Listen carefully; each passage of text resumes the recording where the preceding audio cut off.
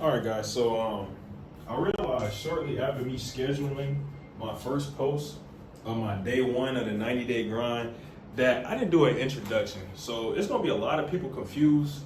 So I'm really trying to rush this little introductory video before that scheduled post uploaded about an hour, less than an hour. So yeah, y'all can hear the isolated. They say isolated thunderstorms. It ain't shit isolated about these thunderstorms out there. That's exactly why I'm inside. Nevertheless, let me pull up a chair, man. Actually, wait. I can't do that first. I gotta get my stuff together. But for those of you who don't know, my name is, on paper, Kumar Kemp. Don't call me that shit, bro. You could call me Kilo. You could call me Kilo Juliett.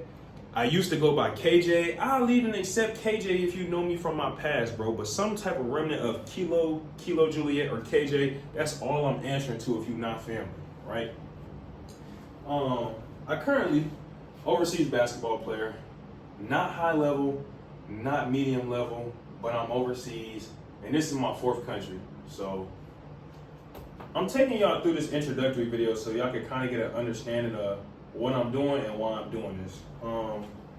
To take y'all back a little bit, man, because I won't go too far back in my life, but I feel like the time where I really had to become a man and start making man decisions was my senior year. And I'm gonna make this quick because I gotta go cook and I gotta finish editing day 2 of the 90-day grind. So my bad, I was on Warzone with the gang. My senior year, I was playing basketball. And long story short, it was a lot of stuff going on my senior year, man. I was working 3 jobs. I was trying to be a tri-sport athlete, but I ended up quitting football. I think I only played the first couple of scrimmages. I didn't make it to the official season game. I broke my ankle. I was having heart problems. I was struggling terribly with substance abuse. It was a lot going on, okay? But I start my story on senior night. As y'all know, when you're a senior, man, it's a great time. You're gonna go out there. You probably gonna get a lot of PT. All the girls or all the boys is gonna be hollering at y'all because they know just about y'all last hoorah before y'all playoffs and all that. I didn't get that, okay? I got kicked off the team on senior night. The reason I got kicked off the team on senior night, if you ask some people from my school or some people who know me, they may tell you different. I'm gonna tell you my truth. I got kicked off the team on senior night because I was having relations with a Caucasian woman and I no longer wanted to be her boyfriend. I'm not even gonna say we was boyfriend and girlfriend. We was just hanging out, if you catch my gist. We never had sexual relations. We was just hanging out, right? The order and the act about how I went about it though, it was in school. So obviously I got in trouble for typical young kid stuff. I didn't think nothing of it. I stopped messing with the young lady thinking it was gonna be ha ha he he. It was not ha ha he he. It wasn't even remotely close to he he ha ha, all right? The young lady proceeded to say that I sexually assaulted her, and then she went back on her word. It became a big thing around the school, and it ended with me getting kicked off the team literally about an hour before I was supposed to play my senior night game. Never played in senior night, never had one, never know what it will feel like because I dropped out of college my freshman year. But we're gonna get to that, okay? Following me getting kicked off the team on senior night, my brother, who was on house arrest for about 2 years before that, he was supposed to come to that game. Once he found out I got kicked off the team on senior night, he ended up turning himself in that following Monday. Senior night was on Friday. As you can see, it's a downhill spiral. Prior to all of this happening, like I said, struggling with substance abuse bad. And I just wasn't in the right headspace, trying to also have money because I'm trying to compete with others I went to a private Christian academy. So me being a young African-American male at the time, I'm thinking I got to keep up with the Joneses and I got to have some money in my pocket so I can do this, do this, do that, do that. That wasn't the case at all. And could I go back and redo it? I wouldn't have worked a job at all, right? I had been working a job since I was 14 and trying to be a tri-sport every year. It seriously messed with my ideal and how I saw life. And, it just wasn't a positive thing for me at that time. I appreciate it now because I understand the workforce and how to go about life in certain aspects. But at the time, I just needed to be a kid. And I was trying to live life so fast that I basically threw all my kidness out the window, right? My brother turns himself in. I'm depressed because I couldn't play basketball. I already got kicked off the team about 2 months prior to that, I want to say. Yeah, because senior night's around like February. I got kicked off the team in like late November, like early December, right before we were supposed to play Parkview, because I wasn't able to run up and down the court. I was like, literally, I could probably go like maybe 2, 3 up and downs. And we're not even talking sprinting. We're talking live play before I'm out of breath. So I wasn't helping the team from a physical standpoint, nor was I helping the team from just a look standpoint. And how I was going about my life, I was showing up to my private Christian academy every day looking crazy, all right? Doing crazy things, not really taking the most of the opportunity that I had. I really pissed it off, if I'm gonna be frank. Nevertheless, I learned from it, and I ended up doing track because my coach at the time, Coach Unsicker, you know, he really pleaded with me. He was like, hey, you should do track, and Coach Ian. We won't even mess with him no more, but he was like, yeah, you should really do track. And I ended up doing long jump, triple jump, and high jump. My best event was high jump, and that's what I ended up getting a scholarship for. Being naturally athletic and not having no tech, ended up winning the region 2 years in a row, and high jump and track is actually what paid for me to go to college, okay? Fast forward to me going to college, red shirt, still trying to get onto the basketball team, didn't work out. Ended up trying out, I believe, so I graduated in May of 2022. I tried out for the basketball team again in like March or April-ish of 2023 after track and everything was done, because I knew I have to play basketball. My mind is completely set on basketball. Without basketball, I'm going to get back into the same substances. I'm going to keep doing the same stuff I was doing, and it's not going to be a positive outlook for me, right? I did not end up making that basketball team. I did, however, end up getting about 5 to 8 D1 offers for track. The only reason I did not take those track offers was because I got an opportunity to go to a university called Rome City Institute. Some of you may know, some of you may not know, but Rome City is it's essentially a college/prep across the water, where you'll be able to play and go to school. So you can play in, you know what I'm saying, Series C or A2 or A, wherever they place you at while you're getting your degree. I ended up getting a scholarship, so this is what I'm thinking, right? I drop out. I wasn't planning on dropping out, but I drop out thinking, okay, I got this scholarship to go to this school. All I have to do is come up with $3,000, 3,000 USD to cover my housing and my visa. Everything else was going to be taken care of. I drop out, I come home. I did not come up with that $3,000. I asked my father, I asked everybody in my family, you know, if they could help me out. I even made contracts telling everybody I'll pay them back. I just need y'all to believe in the vision. Nobody helped me out. Only ended up raising about $352, no more than $400, okay? The key moment right then and there, once I came home, after I had dropped out, was I asked my dad if he could help me out with it, my biological father, and he went into his truck and he gave me a crumpled up dollar bill. And I still have that dollar bill with me, but he gave me a crumpled up dollar bill out of his truck, basically as like a fuck you, and he laughed. And I wrote on that dollar, it was May 20th, 2023, and I think I got it in my phone case still, actually. Hold on, let's look. Come on now. I can't go nowhere without it. So just so y'all know I'm not making this up, May 20th, 2023, True Religion, the same tattoo I have for someone dear to me that passed away. And it says, my first and only dollar for Rome City. Right there across the top. On the back, Rome City was the first place that I got denied from. The Worcester Wolves was another place in the United Kingdom that I was attempting to get onto that failed. Tabascus was a Mexican club that I attempted to get onto that didn't work out, Booth. And then Carson Newman was a school that I dropped out from.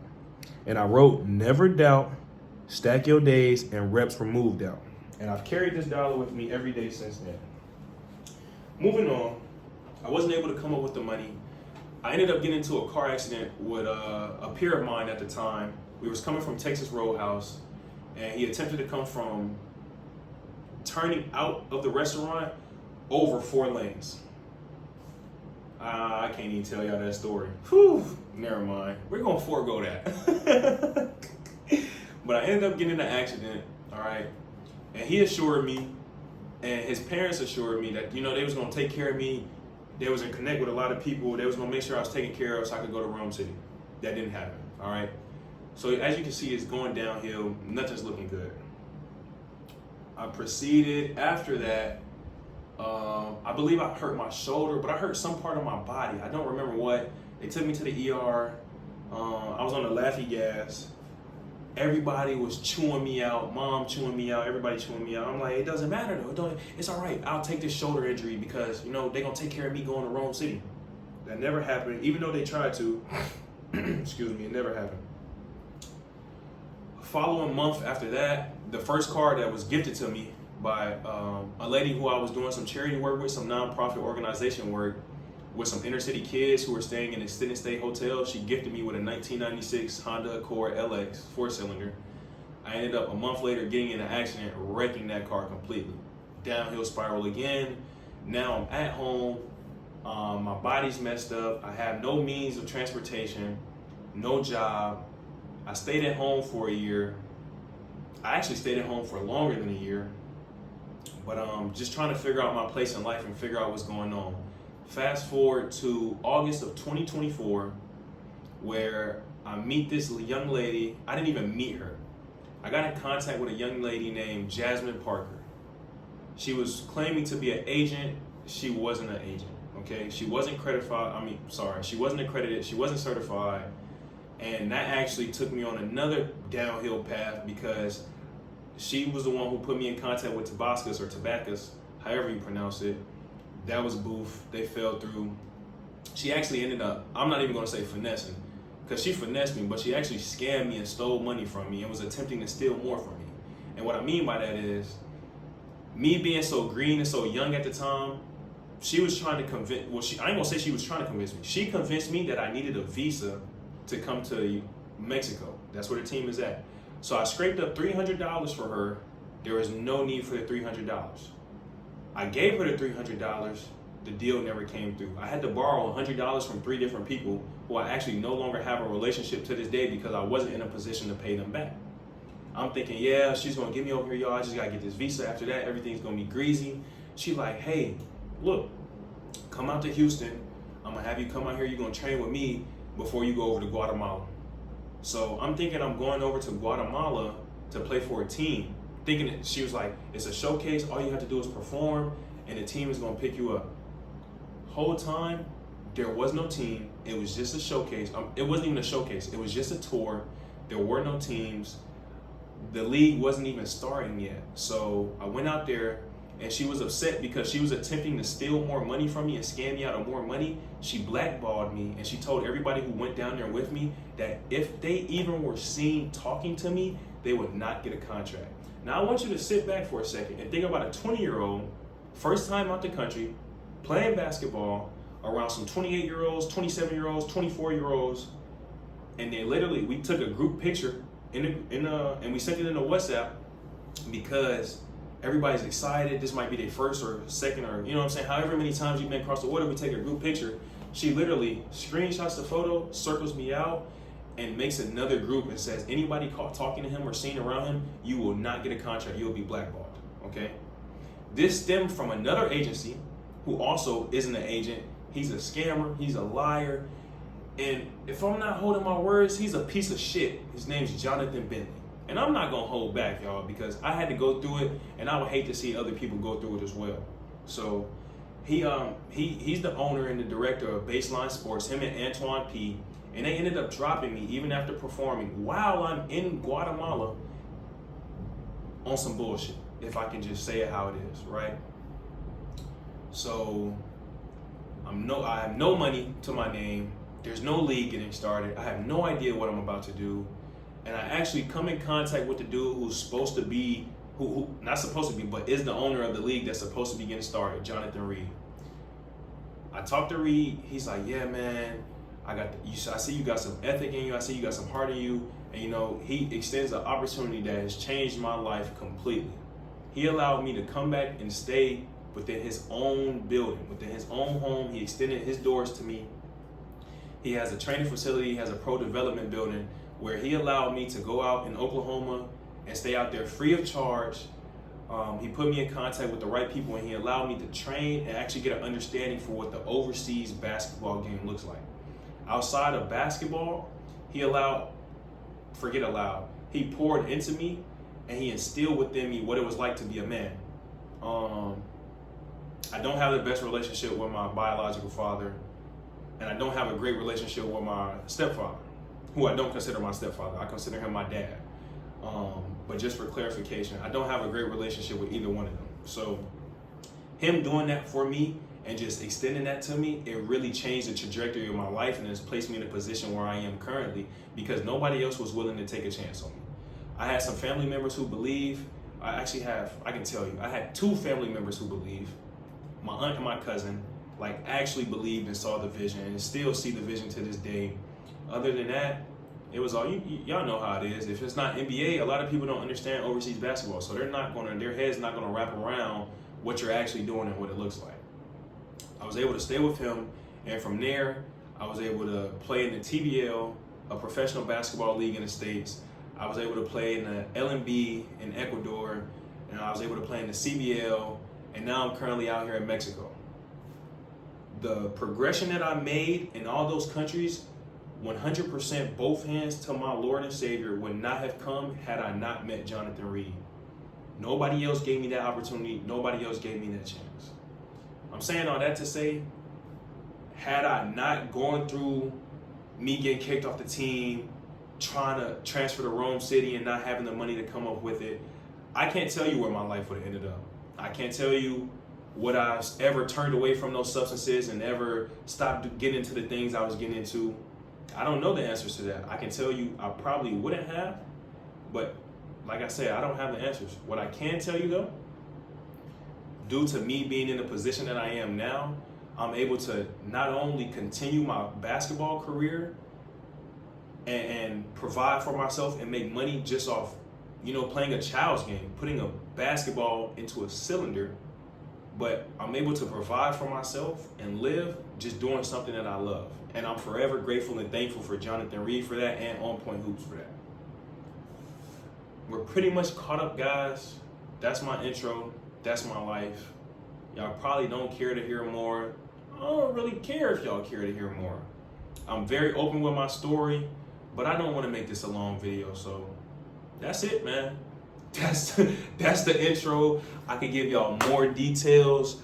I could really walk through how crazy all this was.